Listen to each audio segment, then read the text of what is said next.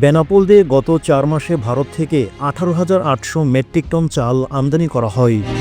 চলতি অর্থবছরের ১৭ই নভেম্বর থেকে ১৩ই মার্চ পর্যন্ত এ চাল আমদানি করা হয়।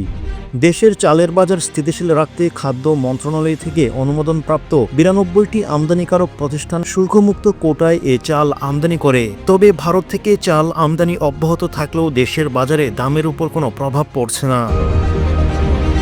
গত বৃহস্পতিবার ১৩ মার্চ বেনাপোল বন্দর দিয়ে ৩৫০ মেট্রিক টন চাল আমদানি করা হয়। অর্থাৎ এ নিয়ে গেল ৪ মাসে ১৮,৮০০ মেট্রিক টন চাল আমদানি হয় এ বন্দর দিয়ে।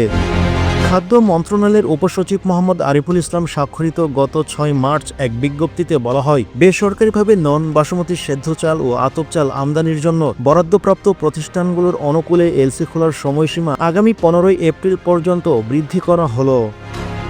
দেশে চালের বাজার স্থিতিশীল ও ক্রেতা সাধারণের ক্রয় ক্ষমতার মধ্যে রাখতে সরকার দেশের শীর্ষ আমদানিকারক প্রতিষ্ঠানগুলোকে বাইরের দেশ থেকে চাল আমদানির অনুমতি দেন।